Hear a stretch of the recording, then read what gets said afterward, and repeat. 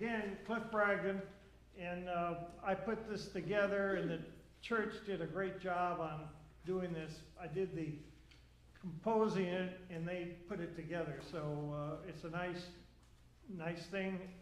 And I asked them to put a blank on the back with lines, and teachers, academics know about that, because that means you can take notes. And you only can leave here if you get a 90 or higher. So, get ready for that one. So we do have an all-star cast of recognized experts, and we're going to have two of them tonight. But the theme of what we're trying to do, as you see it on the cover, is protect our biosphere. Preserve it as a resilient biosphere to ensure our habitat of plants, animals, and humans are healthy, safe, secure, and sustainable. Those four pyramids are what we need to have, and we don't have it now. So that's what we want to work on.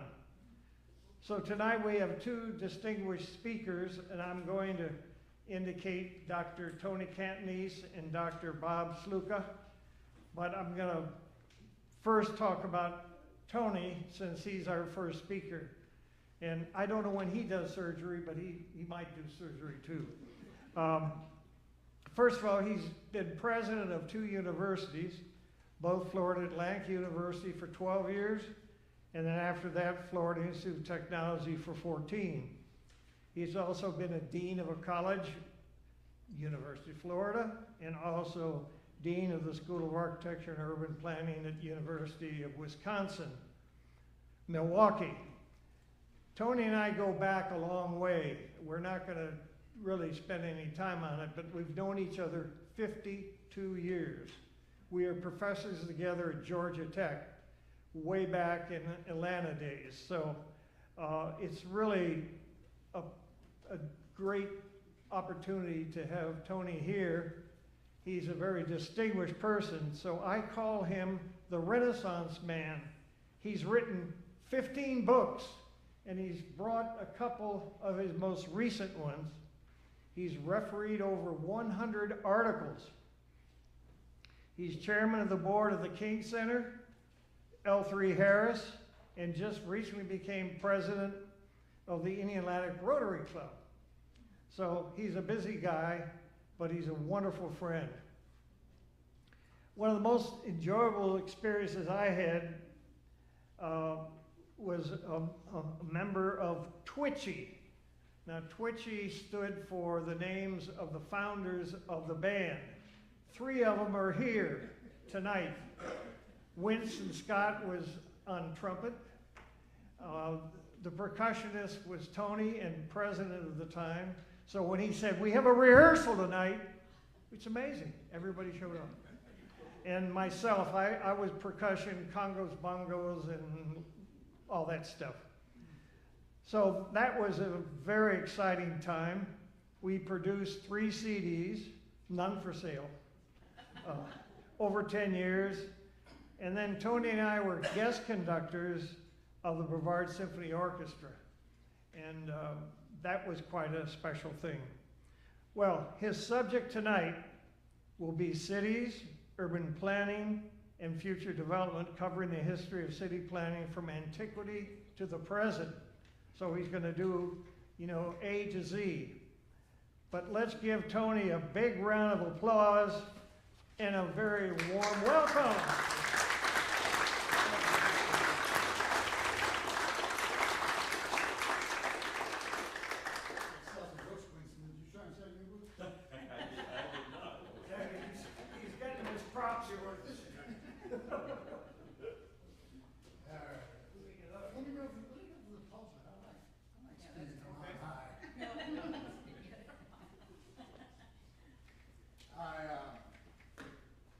I only wish my parents could have heard that introduction. My father would have enjoyed it. My mother would have believed it. I'm not going to do anything that Cliff just said I'm going to do because I don't have enough time. I'm going to focus on what I think is an important answer to the problems we're facing here in Central Florida. And we've got a lot of work to do. But let me start by saying that I think the earliest city planning document I ever read was Jeremiah 23. Woe be upon him who scatters and wastes the land. Govern so you do what is right for the land, or I will visit upon you the evil of your doing. That's pretty clear. So I think right from the beginning, we had an admonition to treat the land as sacred and do what is right for the land. And of course, that's been an important part of our Judeo-Christian culture, how far you want to go back to Athens, the Athenian code. Every Athenian is supposed to leave Athens better than he found it. Of course, the Roman Empire with their phenomenal engineering, and just going all the way through to, and then of course St. Augustine, who made it an important part of a Christian doctrine with the shining city on the hill. And it always amazes me, not to get political, but the person who really made that an important political stance was Ronald Reagan. Some of you may remember, he always talked about he wanted America to be the shining city on the hill. I just find that fascinating. We've kept growing, of course, and but I want to talk a little bit about Florida in the limited time I have, especially about Central Florida. Now, I think we all live here, and we're in for some changing times. You know, like the old Chinese curse, may you live in interesting times. We're living in interesting times. The governor's office is now estimating that every day, 1,500 people, net, 1,500 people move into Florida. 1,500 people every day. Of course, that's one of the main reasons that Florida is now the third largest state, bypassing New York a few years ago. And if you look at the land use patterns, sure, Miami, Fort Lauderdale, Boca, Palm Beach, they're still going to grow. The northern part of the state, a little bit slower, but it'll grow. So the state planners are estimating that the biggest growth is going to occur here in Central Florida. Now, when I say Central Florida, I'm taking a very generous description. I'm talking about the area from Melbourne to Tampa, maybe down to Yeehaw Junction. Have you ever been to Yeehaw Junction? Yeehaw Junction, all the way up to Daytona and across. That's about 1 million acres, maybe 6 million people.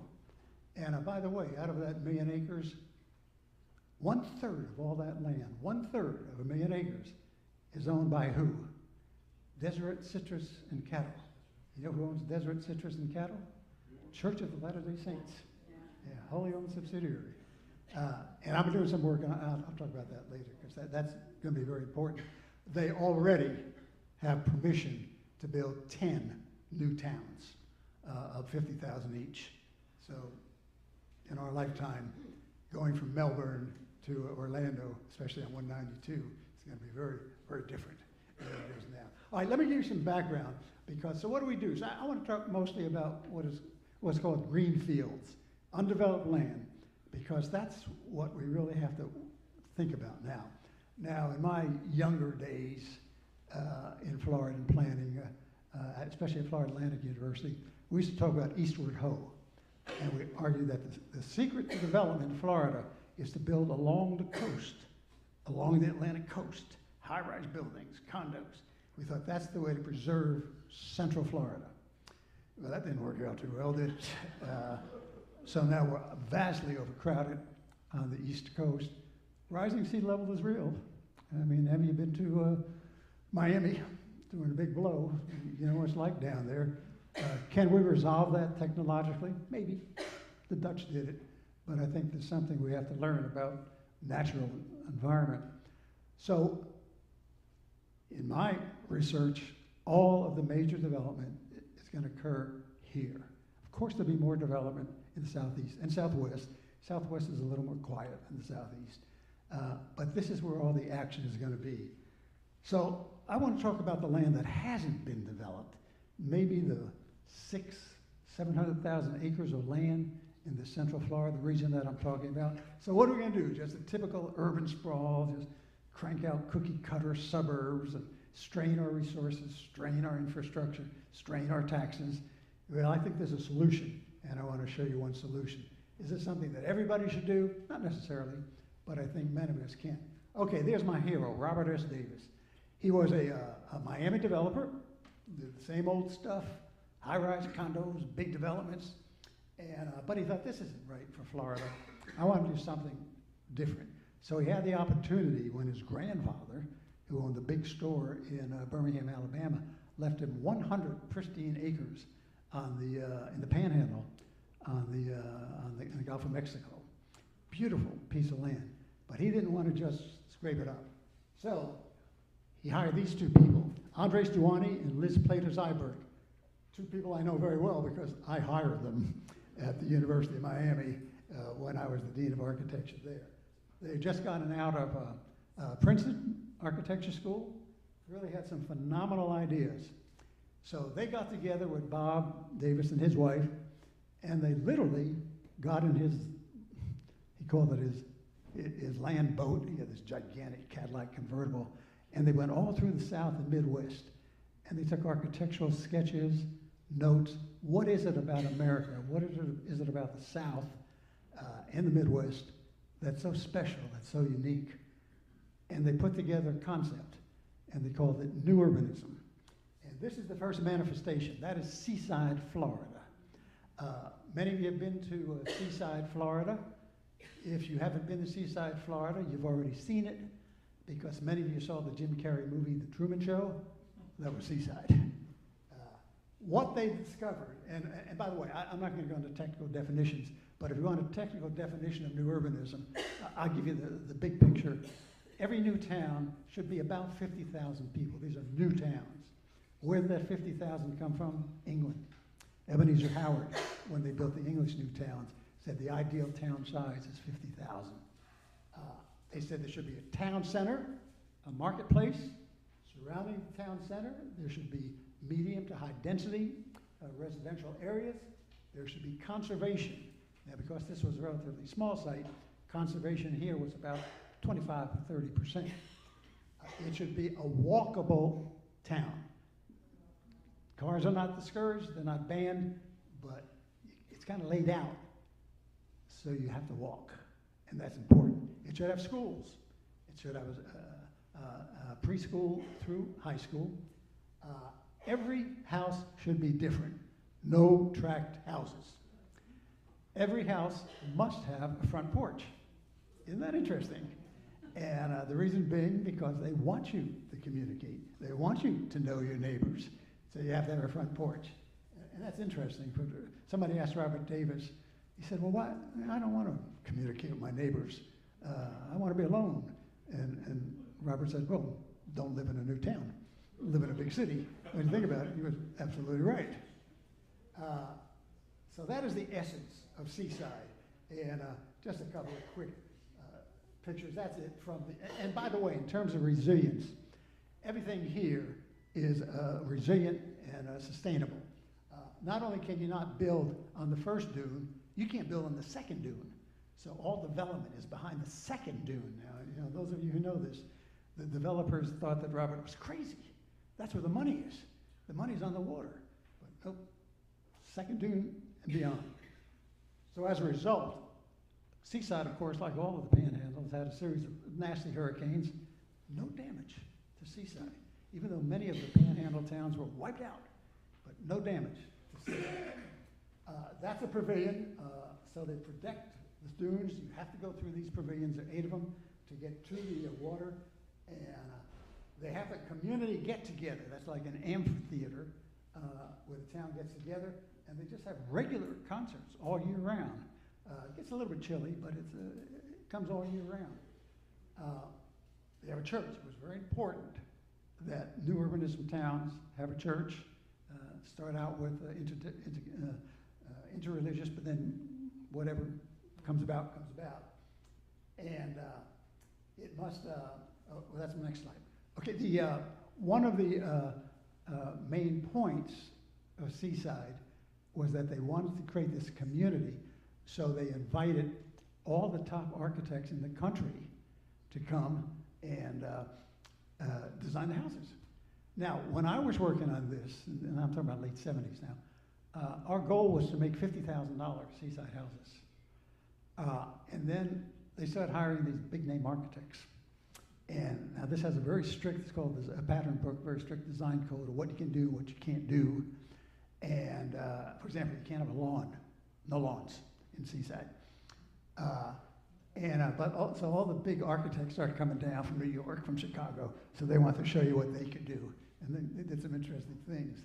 But then a man named Leon Creer from London, a very well-known English architect, came and designed a great house here in Seaside. And then his patron came at his request to look at his house. His patron at that time was a guy named Prince Charles, now King Charles. And King Charles said, Seaside is the greatest new town I've ever seen. So overnight, our delightful little Seaside $50,000 resort became an international celebrity hotspot. So I'm not quite sure I really like the way Seaside evolved. Next to Seaside, the biggest landowner in all of the Florida Panhandle, you know this, it's St. Joe Company. And those of you know the St. Joe Company was founded by Edward Ball with all that DuPont money. And at one time, they were the largest landowners in Florida. They're not now. But they looked at Seaside, they thought, wow, this is great. So they wanted to do something.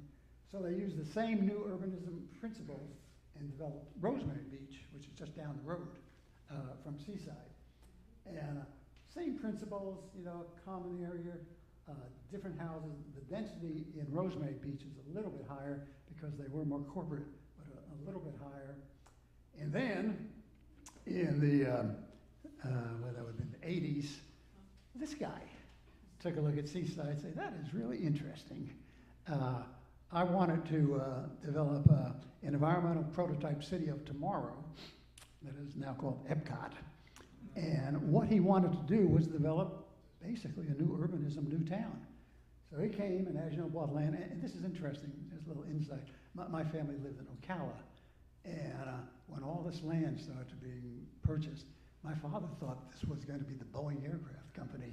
So he was so happy he saw all kinds of big money coming his way. It was Disney. Now, unfortunately, or fortunately, the announcement was made, and that was Hayden Burns and Walt Disney and his brother Roy Disney, and they announced Epcot. But the market demands were so much in favor of a theme park rather than a new town that economically they shifted to a theme park. And then Epcot became theme park, Celebration became the new town much later. Now, interesting enough, as you know, Walt didn't live to see Epcot or Celebration. But this guy, Michael Eisner, actually was the guy who had the vision to carry out Disney's dream. Many of you have seen Celebration, so I don't think I'll spend too much time on it. But if you haven't, it's very easy access. The original intent of Celebration was actually to house Disney workers, but then again, it became so popular and was so successful that it's much more than just Disney workers.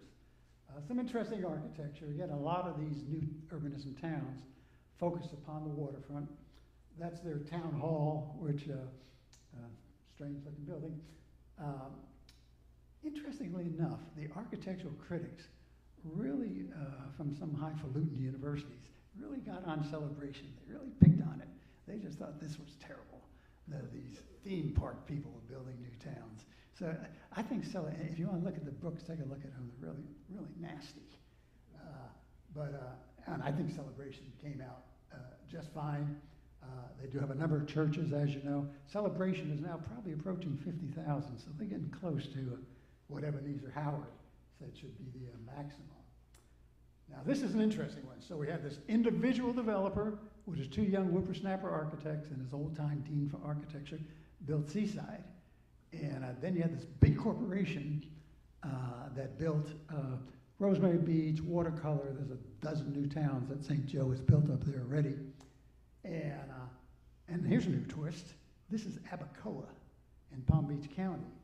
This was all the land owned by the John MacArthur Foundation. When MacArthur moved here from Chicago, he just bought every bit of land he could find. And so when he passed on, the foundation, the MacArthur Foundation, wanted to do something with the land, so they came up with, again, this new urbanism model. Now this is a bit different. This is, I'd call this a hybrid. Down there on the, you can see there's a golf course kind of winding its way through the residential communities. But to the left at the bottom, there's a campus of Florida Atlantic University that we built. And we had to have some dynamic to get people to want to go to Florida Atlantic University in this new town of Abacoa. So we created an honors college. And one of these days, let me tell you what it's like having a college full of honors students. And we, Mrs. MacArthur had her picture in the giant hallway of the main building during the dedication. And when I dropped the veil to show the picture, Mrs. MacArthur had grown a mustache. So these, honor students are very interesting people. Yeah. Abacoa, I think, has been very successful. It's, again, some of the same concepts. You have a downtown area, again, because it's Palm Beach County, the densities are a bit higher than some of the other places, but it's done with a certain amount of taste, I think. Shops are very good. It's become a very popular shopping center, maybe too popular shopping center, in my opinion. Now, here's something entirely different. I'll call this new urbanism for the rich. This is Windsor in Vero Beach. Again, some folks from Canada and England and Scotland got together, and they very liked the idea, this American idea of new urbanism. Now, of course, there have been new towns in England, and Scotland, and Ireland, but the American version of new urbanism is very different, very unique. So they wanted a new urbanism town in Vero Beach. It's mostly Europeans, and they do have a golf course, as you can see at the end there. But the highlight of the town, see those two big blocks up there on the top? Those are polo fields. So polo is the main attraction to Windsor. And it's a beautiful site, by the way, if you've ever been down to take a look at it. Very hard to get into, but beautiful site. And when I moved up here from Boca Raton, I thought, boy, that'd be a cool place to live. So we actually looked at a place in Windsor, which was outrageously expensive. And I asked them, I said, how many people actually live here in the summer? They said, only about 10%. I said, wow. A place like that with only 10% people living there. Okay, obviously very horse-oriented with polo. And yes, the royal family does come there to play polo once a year. And I think, I know Charles was there, I think maybe last year. And Harry goes just about every year. It's a little tough to get a ticket in there, but yeah, the royal family does come over to play polo. Otherwise, if you don't care about the royal family, most Sundays you can get in there as a member of the public and watch polo, which is kind of cool. They have a magnificent chapel designed and built by some of the top architects in the country.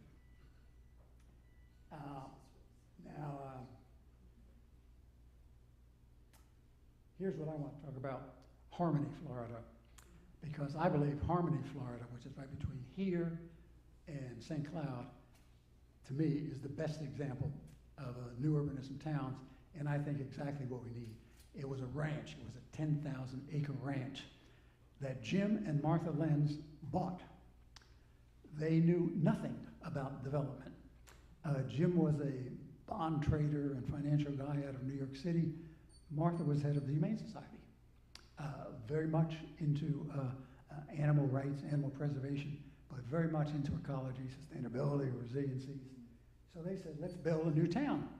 So again, Cliff and I were actually involved in some of the early days of planning Harmony. What they wanted to do was to build this 10,000-acre new town surrounded by two lakes, Gorse Lake and Cat Lake. And Cat Lake, by the way, is where Mercury tests their outboard engines, so they had to take that over from Mercury. And all the principles of new urbanism, right on 192, you probably passed it a dozen times. Does have a golf course, that's important. They got Johnny Miller to develop the golf course, and it's one of the most environmentally approved golf courses in the country. Out of the 10,000 acres, listen to this number, 70% are in conservation. 70% of 10,000 acres are in conservation. Astonishing. Again, all the principles of new urbanism, there's a downtown center there. There's a full school system all the way from pre-K all the way up to high school. You are encouraged to have pets. You're encouraged to have pets. And there's everything for your pets you'd ever want. Dog parks, dog washers, horse trails. They asked Florida Tech to see if Martha was right. Martha thought that pets were very healthy medically. Let's use our medical knowledge, Cliff. So they actually hired Florida Tech to do a study. Does it really make a difference for healing, lowering blood pressure if you have a pet? So our psychology department actually did a study, and we found it really is true. If you're recovering from surgery, if you want to lower your blood pressure, put that little dog on your lap and pet it, and it really works. Now let me tell you a dirty little secret. It doesn't work for cats. Nothing happens. So you want to lower your blood pressure, get a dog. That's a market. So there's a very fine market down there. That's some of the preserved land. They've gone out of their way to get you outside.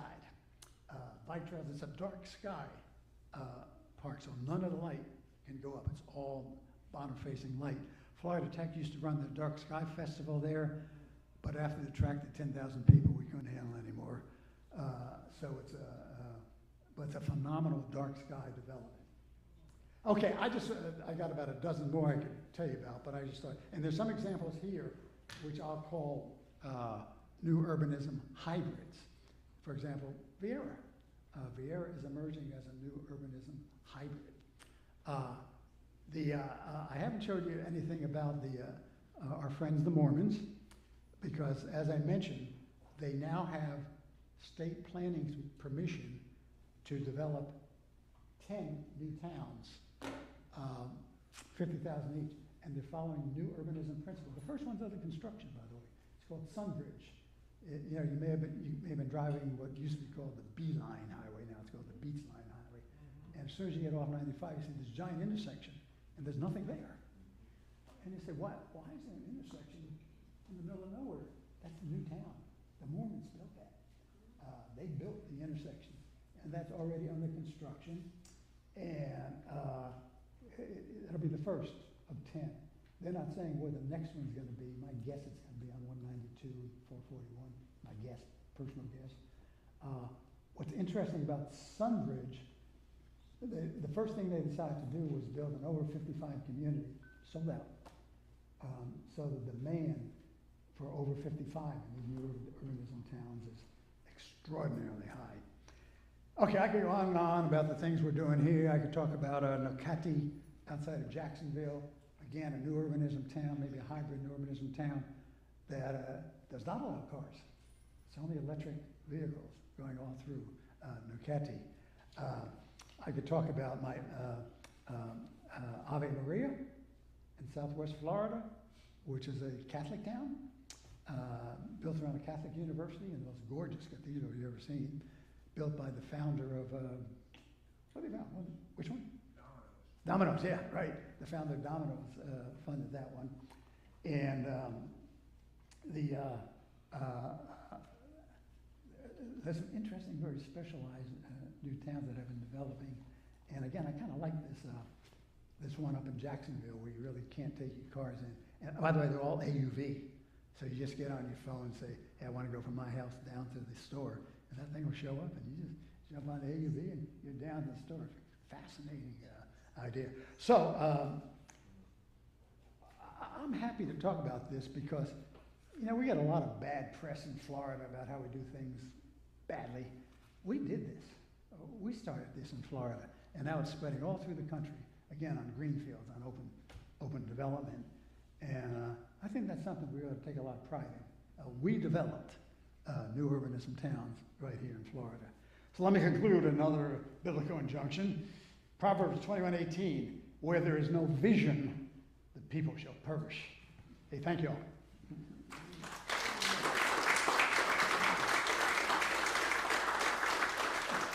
Okay, what we're going to do now is, microphone. Is give that back to the guys there. We're going to move on to the second speaker, Bob Sluka, and we'll use a podium. Much better. And these books, you have a suitcase full of them available? But let me introduce Bob.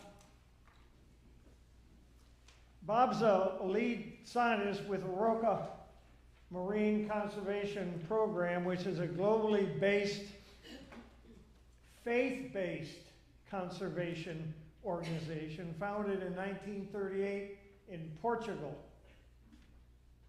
Today they work in over 20 countries. He holds a PhD from the University of Miami, where he studied coral reef and fish ecology. After that, he spent 10 years in South Asia, coral reefs in India, moved to UK, focusing on coastal ecology, then Kenya, followed by France, followed by Portugal, studying plastic pollution and conservation. And he's hopeful that conservationists exploring the underworld as a way to protect our covered area of seawater. Now, I wore a blue suit to represent water. What percentage of our Earth's surface is water? Throw out a percentage. Approximately 70%. Some people say 71, like Bob. I said 70, you know. All right, how much of the land of our resource is devoted to construction? And Tony just talked about land use planning and all types of new towns, but what percentage of our land is based on what this is? This is a civitas tie showing development. This happens to be New York City, but what percentage? If 70% is water, what's the rest? 30% for land planning. So we have a critical amount to deal with, and our church, which was by Crane Creek, got flooded, and they had to bring it from Crane Creek to the ice house and then over here. But that church next door is the oldest church in all of Brevard County, and we're very proud of it, but we want to have that part of the whole neighborhood. And that's what we want to do with this series. Bob is now based in Titusville, presently, but he also leads Oroka in their conservation efforts. And one project he's working on is the Indian River Lagoon and coastal beaches. And that's a big project. And he's produced more than 70 scientific publications. He writes on the interface, listen to this, between Christian faith and marine conservation. So he has an insight that is very important to all of us. So I'm very pleased. Let's have Bob come forward. This is a perfect spot, and you've got a digital device, and I'll get out of your way.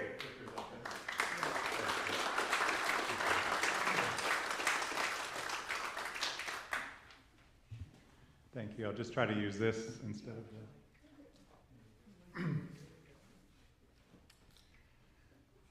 A creature trundles along the bottom of the Indian River Lagoon nearby.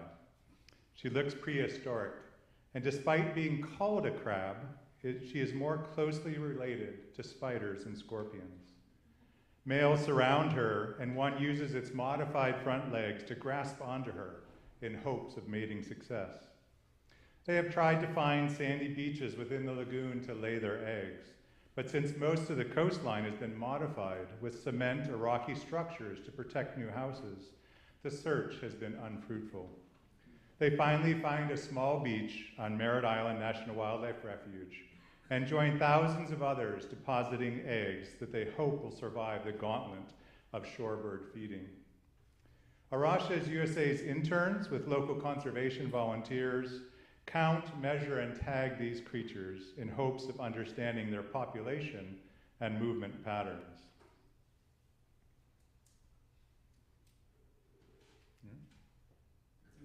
Sorry, one more. This Gulf pipefish is truly a fish. It has gills, fins, and swims through waters of the Indian River Lagoon, often nearby areas where we are studying horseshoe crabs. Pipefishes are relatives of seahorses. Imagine a seahorse stretched into a pipe, and here you have the pipefish. Like seahorses, the males carry the fertilized eggs. These species are impacted by our activities in the Indian River Lagoon. Reductions in seagrass, their preferred habitat, and increases in harmful algal blooms and other chemicals associated with runoff from land are causing populations to decline. And yet there is hope. As we restore the lost seagrass, oyster, and mangrove ecosystems of the lagoon and reduce input of harmful nutrients and chemicals, these species can thrive. I'm Bob Sluka, and I'm pleased to be able to chat with you today about some of the work of marine conservation. I do work with a Christian organization called Arasha. From the Portuguese, it's often pronounced lots of different ways. It's helpfully has the A in the beginning, so often in lists online it ends up being first. But we did start in Portugal, hence the name. We do a lot more than marine conservation, but I have the pleasure of leading their marine conservation program globally. We have 5 major core values that guide what we do. We are a Christian organization, so while we say we're faith-based, we're not faith-biased. We collaborate and cooperate with any and all who want to be a part of us. We value cross-cultural diversity. We try to work with others. We work in the community, and so we're community-based. And I think importantly, we actually do conservation. So our focus is out of a biblical understanding, using science-based conservation to protect species and habitats. And this is some of the areas in the world that we work. So I've had the pleasure to visit a lot of them, and we continue to grow as a global family. And we have a project based in Titusville that happy to chat more about with you later. As was said, sometimes the ocean can be thought of as separating us from other places, but if you look at the ocean from this point of view, you see that there really is just one ocean. And in fact, these ocean currents connect us all together. So we're all connected through the water. Some Polynesian theologians talk a lot more about the ocean currents connecting them to each other rather than the oceans being a separation of us. And particularly in a Christian point of view, we think about some of the major principles within the Christian faith about loving God and loving your neighbor. The ocean currents have particular relevance for helping us to love our neighbor or not love our neighbor. What we put in the ocean here is going to move on to other places and either bless other people or hurt other people. So the ocean provides a really good example of how we can love our neighbors. These are the numbers that Clive talked about. 71% of the land's surface is actually ocean. But if you were to add up all that habitable space, so where life can live, to as high up in the atmosphere as we can go, the land surface and the whole depths of the ocean, actually 99% of the volume of our planet is salt water. And so much of the life on the planet Earth, really planet ocean, is marine life. This is a Bahamian fisherman, and I want to talk about a few of the different ways in which we're causing harm to the ocean, but also give some hopeful solutions talk about some of the projects, particularly that our organization is doing, and also some other local organizations, just to give you a sense of some of the impacts on the ocean, but also some of the ways in which marine conservationists, and even yourself who could get involved here locally, can actually make a significant impact positively. So overfishing is one of the most important issues that impacts the ocean. Wild-caught species remain in high demand, and perversely, rarity often confers high value, increasing the incentive to fish for the few remaining individuals, which fetch an increasingly higher market price. Fishing ranges from massive ocean-going vessels which scoop huge schools of fish, often off the coast of poorer countries, to provide for wealthier countries' desire for seafood. Artisanal fishers, such as this Bahamian fisher, hug the coast in small boats and are often forced to travel further for fewer, smaller, and less lucrative species. Species not targeted by the fishery, called bycatch, often suffer from the miles of nets or lines full of hooks set throughout the ocean. And the biology of the targeted species, what they're trying to fish for, impacts its vulnerability to fishing pressure. And sharks and rays serve as a good example of this. Most people, when they think of East Africa and Kenya, think of the Masai Mara and lions and cheetahs, but this is my vision of Kenya. Arusha has a field study center based off this beach, and a picture of my oldest son when he was younger walking along it. And this beautiful area is called Watamu Marine National Park. And we did a number of studies in this national park and identified what are called IUCN red listed species. Maybe you've heard about the red list. The IUCN is a major organization that pulls together all the different conservation organizations in the world. And our organization is part of that. But we discovered that there was a species there that's what's called critically endangered. It's the next step before going extinct. And it's this species called the Halavi guitarfish. And guitarfish are amazing creatures which are taxonomically rays, though with a body that looks like a shark and a ray ran into each other at full speed and morphed into something in between. These are fish with skeletons made of cartilage, not bone, giving them a flexible body. And guitarfish are among the most endangered group of sharks and rays, which sharks and rays as a group are among the most endangered marine species. In 2021, so just a few years ago, this red list assessment of sharks and rays found that 391 species, so individual animals, which is about 32% of all sharks and rays, qualified as critically endangered, or vulnerable. One of the big problems with sharks and rays is they tend to be long-lived, they tend to grow very slowly, and they sexually mature after many years, often producing only a few young each year. So these biological characteristics gives them a population growth rate that's very slow. Additionally, many of these species live in coastal waters, and their meat is often eaten by fishers. Some species also contribute to the shark fin trade. And the main cause of population decline and risk of extinction in sharks and rays globally is overfishing. And yet there is hope. Arusha Kenya, our partner organization, with funding from the Brevard Zoo recently actually, monitor these populations of sharks and rays, and particularly the Halavi guitarfish. And they work with local fishermen and local fishing communities to seek alternative sources of income to reduce fishing pressure. Our Kenyan team has sought to help fishers to understand the ecological value of guitarfish for marine systems. And many fishers have understood for the first time why it is easy to overfish these species, and also why it's important to protect them. So environmental education, conservation education is really important. Often people don't know what they have locally, and often they don't necessarily know anything about their biology or why it might be easy to overfish them. And so in this case, one out-of-the-box intervention by the team there was to actually hold a fishing tournament. Seems counterintuitive, but it's a fishing tournament with a difference. The main rules of this tournament were that only legal fishing gear could be used. And fishers saw that non-fishers valued their skills. Often, you may not know this, but in a lot of developing countries, fishing and farming are seen as very low-class type of occupations. So things that can bring honor to and value to people's sense of identity and their occupation is really important.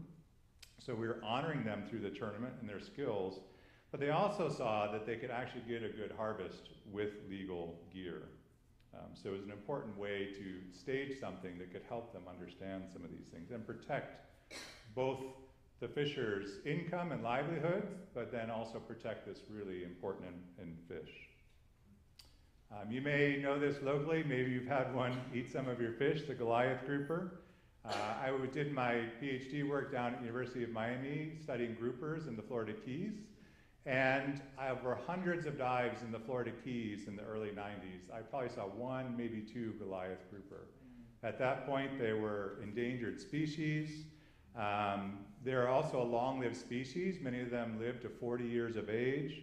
They get very large. They're much bigger than me underwater. And most of individuals start off life as a female and actually later in life turn into males. So when you overfish the big ones, you're taking all the males out of the population. Now, fishing was banned for Goliath grouper. And recently on dives with my daughters in the Florida Keys, every dive I saw a Goliath grouper. Also, this is part of a spawning aggregation off of Jupiter. And so now these fish gather in 10s and 20s, even up to 100 different individuals, and gather around between August, September, and in these spawning aggregations, they travel many, many miles to get there.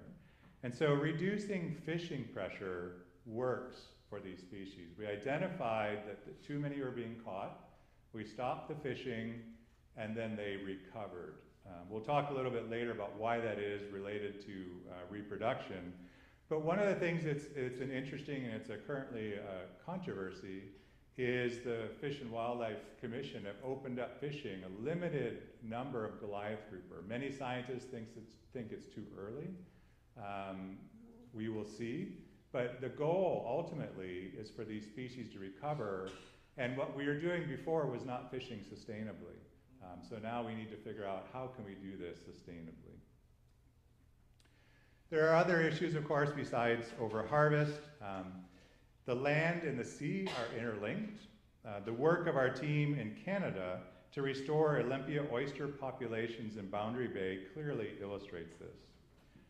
Our organization operates a number of different centers, so if you happen to be in Vancouver and want to go stay somewhere at a Christian retreat sort of center and conservation center, you can do that and be involved in some of the work there.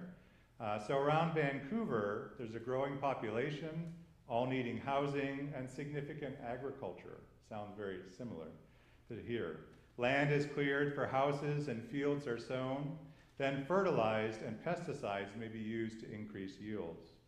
The Little Campbell River runs through the center, emptying into the ocean, and bringing with it the runoff from the cleared lands, and also the roads and the fields. Fish species such as salmon use the river to spawn, and their habitat has been restored through protecting and replanting the riverbanks. Populations have been monitored, and in a memorable project by an intern, a fish species once thought to no longer live in that part of the river system was found for the first time in many years. Oysters have been traditionally harvested by the First Nations groups surrounding Boundary Bay, but due to nutrients and pesticides entering through the rivers, they can no longer be collected due to health concerns. And yet there is hope. Arasha Canada's scientific team and many interns have monitored oyster populations and nutrient levels in the bay and are seeing increases in water quality. Years of hard work securing riverbanks and working with local farms and landowners to reduce nutrient input into the river are making a difference for species and habitats. Here locally, we have a number of different issues, really much the same issues with the Indian River Lagoon, with some of the development that isn't sustainable, with the stormwater that's running into the Indian River Lagoon. We're finding that there are harmful algal blooms, the water clarity is going down, seagrass beds are dying, but there is restoration work in the lagoon. In this picture, Dr. Jeff Greenberg, who's here, if you want to wave, he's one of my partners, and we work together up in Titusville. He's working on a project to try to monitor the stormwater that's going into the lagoon. Most up and down the lagoon, we don't really know what's going in there, what's washing off from those rivers. What is the footprint of this church? You know, when it rains, where are the nutrients going to? And are they being a blessing or a detriment to the lagoon? So I'd encourage you afterwards to talk to Dr. Greenberg. Also, we're working a lot with young scientists. Here, Jeff is talking with some of the young university students who want to go in conservation. So part of our work here is also trying to train young scientists to be able to do this kind of work. Also importantly, again, not trying to be political, but the sorrel tax, you may not know, but there's a little additional tax on our everything that we buy that goes to conservation of the Indian River Lagoon. That's going to be up for a vote again. So a lot of people don't know that it's actually doing a lot of really good work for the lagoon, and it's being effective. It's a long-term process. This is a marathon. It's not a sprint. But so happy to chat about some of that as well. Another form of pollution that comes from the land is plastic. This impacts marine environments. Plastic in and of itself is not good or bad. It can be helpful to our lives when used in a healing and thoughtful manner. I wrote this Grow booklet. It's from a theological college based in the UK. And it goes through some different ways in which plastic can both be harmful, but especially how we can use plastic for healing of relationships and looking at it through the lens of Christ's death and resurrection on the cross. So I'd be happy to chat more about that later, or if you're interested, you can get a hold of this booklet. But there's some very interesting ways that plastic interfaces with our faith. It's something that we've created, and we have a strong responsibility then to be able to try to love God in a way of our use of plastic. And so again, this is something a church like this or whatever, if you're from a different faith or a different community group, the way that you use plastic really matters. We've done some research up on the National Seashore and on some of the beaches, particularly kind of Patrick Space Force Base and North. And so some of the things we've been trying to focus on is microplastics, because of course, plastics don't ever really break down. They just get into smaller and smaller pieces. And so this is a shot along I think actually it's the National Seashore. And you can see in that strand line where the water is washed up, that little bits of plastic can be seen in all this area. And there's a number of different types of microplastics. Some microplastics are broken down from other pieces. So you can imagine if you leave your bucket on the beach, plastic bucket, and if it stays there for a long time, the sun and the waves, it'll break down into smaller and smaller pieces. So that's one form of microplastic. And there's many, many others. But one that most people don't think about are plastic pellets. And these are actually little pieces of plastic that were made this way from oil. So plastic is also a climate change issue because it's made from oil. But these are, if you've ever had made a candle out of those wax bead kits, you melt down the wax and put it in a mold and make the candle. What happens is companies around the world, there's a whole cycle. You start with the oil company, they make these plastics, they ship it to other places that then add chemicals to them, then it gets shipped to a particular manufacturer. It gets melted down and made into this little device or the computer, whatever is made of plastic that you have on you. And at each point in that system, it can be lost. So a ship that's transporting it can sort of have rough seas and a container blows overboard. And so one of the things that we're trying to do is try to understand globally where these pellets are washing up. So we did some studies comparing north and south of NASA and trying to understand plastic pellet pollution. And it's a very simple process. It's a number of young students. This here's my son, but we had a lot of students involved as well, and even a project with a Christian school in Satellite Beach where the youngsters were going out and monitoring plastic pellets on their beach. And we collected data over a number of different months and compared in different places. And what we found, not surprisingly, is that the majority of plastic pellets were found during hurricane season versus non-hurricane season, but particularly in pulses after a storm. And so what you found is if you go off to Cocoa Beach after there had been either a hurricane or a major storm, you could go along the beach and sometimes even in 15 minutes pick up hundreds of these little plastic pellets. So one of the things, this is some of the students that helped us, so different university students. And so one of the things that you can really do that's a hopeful solution, one of the best ways to get plastic out of the ocean is actually just to pick it up. So if you get involved with the beach clean, the International Coastal Cleanup is coming up in September. Maybe you've been involved with that. The other thing is these microplastic nurdle hunts. So maybe the church or whatever organization you're with wants to get involved with this. And we've put together this plastics toolbox. And so everything is available here for you to be able to do a plastics project with your group of whatever age. And particularly, I think it's interesting that there are sermons, there are Bible studies, there are faith-based resources on this plastic toolkit to try to think about how the Christian faith in particular interacts with this. There's also most other science-based stuff, so if you're not from a faith background, this will still also be very useful to you. So I'd encourage you, if you're interested in starting a project on plastic pollution, please go to this website. It's all free to download. Now there are other threats to marine ecosystems. In New Zealand, threats to seabird populations come from introduced species. And yet there's hope. Systematic and long-term reduction of mammal predators is achieving results with gray-faced petrels now breeding on local mountains. And excitingly, this invasive species removal has also resulted in little blue penguins marching along the beaches again.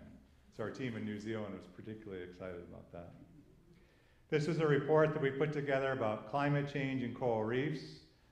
Coral reefs over the past decade have been significantly impacted by lots of different things like overfishing and nutrients. But now that coral reefs have been weakened by other threats, rising temperatures are threatening to finish off these centers of biodiversity. The Florida Keys coral reefs really aren't coral reefs anymore if you've snorkeled on them. There's so little coral left on them, and they were destroyed by many things, but now temperature is finishing them off. But there is hope for this. One of the projects our team in Kenya has been doing has been, again, monitoring the corals. And what they've done is identified coral colonies which have survived multiple bleaching events. So a bleaching event is when the temperature gets too hot, the corals lose their color, they expel their algae, and many times die. But if they do survive, it means they have a higher genetic tolerance for that high temperature. So we've started a coral rewilding and gardening program which seeks to take these heat-tolerant species and actually use them to propagate new areas and to reseed other areas of the coral reef and try to restore it. In the Indian River Lagoon, one of the things that's important is about mangrove restoration. And you have the Marine Resources Council here who's doing really great work with mangrove restoration. Mangroves aren't just for habitats, they also sequester carbon. And so they're they actually per square meter sequester more carbon in their sediments and roots and all that than do tropical rainforests. So it's really an important part of impacting climate change. These individual family stories are part of a hopeful international story of individuals, organizations, and nations contributing to marine conservation globally. Arasha and other organizations contribute our part to the United Nations Sustainable Development Goals. The 2030 Agenda for Sustainable Development, adopted by all United Nations member states in 2015, provides a shared blueprint for peace and prosperity for people and the planet, now and into the future. And at its heart are the 17 Sustainable Development Goals, which are an urgent call for action by all countries, developing and developed, in global partnership. They recognize that ending poverty and other deprivations must go hand in hand with strategies that improve health and education, reduce inequality, and spur economic growth, all the while tackling climate change and working to preserve our oceans and forests. Many of our projects link to multiple SDGs, but especially to SDG 14, which focuses on to conserve and sustainably use the oceans, seas, and marine resources for sustainable development. There are a number of different targets within the Sustainable Development Goals. I won't go into all of them, but you can see that many of the projects and examples that I've talked about contribute to a number of these different targets. And I have the privilege of going to the UN World Oceans Conference a few years ago, speaking to probably, there's about 4 people in the audience, you can't see, but you can always take these pictures so it looks really interesting. But it is an important part of what organizations like ours do, both to help represent some of the science, but also to say that people of faith have a place at the table, that we're trying to make a contribution, and that actually our faith commitments and faith journey are really important. I'm going to just skip these. But humans have many different ethical systems which value the ocean. And there are commonalities, but the system I work within is a Christian one. And the Marine Conservation Program has always sought to intentionally integrate Christian thinking into its conservation practices. This is, of course, something, as I mentioned, about our whole family. Being Christian is something that we're committed to as a core value. So we've been thinking about this for many years. Yet the ocean has often been neglected as a focus of theological reflection. We have thus thought within this program to make sure the myriad of volunteers, interns, and staff have been encouraged to reflect on their ocean experiences and Christian faith. Our initial work in Kenya had a spiritual theme of attempting to make known the hidden things of God in the ocean. A colleague of mine from Canada, Dr. Paul Simon, and I reflected on the spiritual impacts of overfishing in one published paper. And as I mentioned, we've thought a lot about plastic pollution and how it intersects with our Christian faith. It is a spiritual issue. Some of our team from Kenya and from France developed this plastics toolbox, which again is one of the few resources which has faith-based thinking around the idea of plastic pollution. And even the first Bible study that I'm aware of, looking at plastic from a perspective of the Bible. And much of what we would call our blue theology is among the first to consider many of these ocean issues from a Christian perspective. One of the exciting things, if this is something that interests you, you can see the website there. We've developed this marine devotional, and a number of our scientists and students and volunteers and interns have reflected on New Zealand seabirds, babies exploring the ocean for the first time, and even Pacific salmon. And so it's been my joy to work with many people who have just tried to integrate their own faith with their experience of the natural world. So I'd encourage you to download a free copy of this and take it out to the beach and read and reflect. When we speak of greening of churches, as we often do, I often think, well, what about bluing of churches? So how can churches integrate ocean and water themes into their practices? And this is an active area of research and something that we're thinking about. Our hope is that in coming years, we want to discover and develop practices which help us to interact with God through our experiences with our sister ocean alongside our fellow ocean creatures. It is important, I think, not just convenient, that this event is taking place in Holy Trinity Church.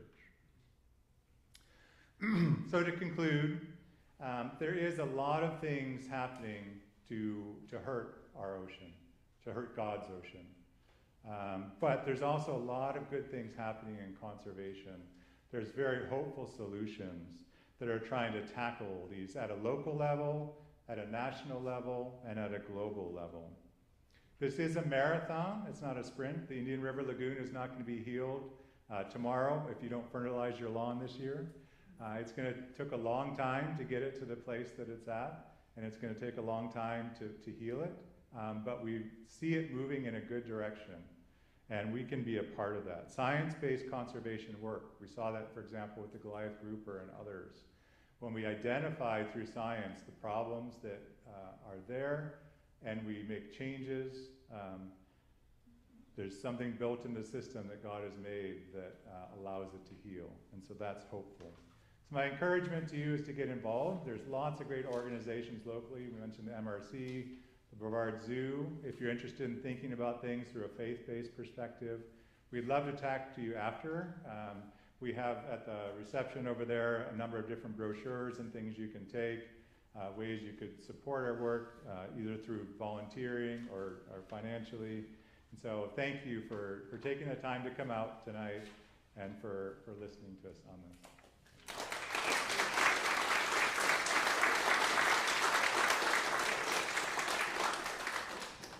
What we're going to do now is take a break and go to the parish hall, and I guess we'll go out this door and go all the way down. And the parish hall has refreshments. It has fruit and cookies and all kinds of things that are home baked or bakery baked.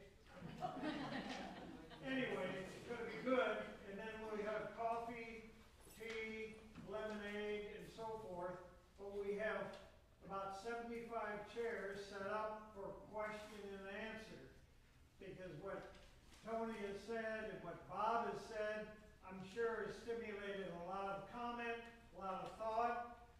And what we want to do is create a uniform, integrated system in the future. So Father Bob is in the back of the church, and he'll direct us over to the parish hall. It's about a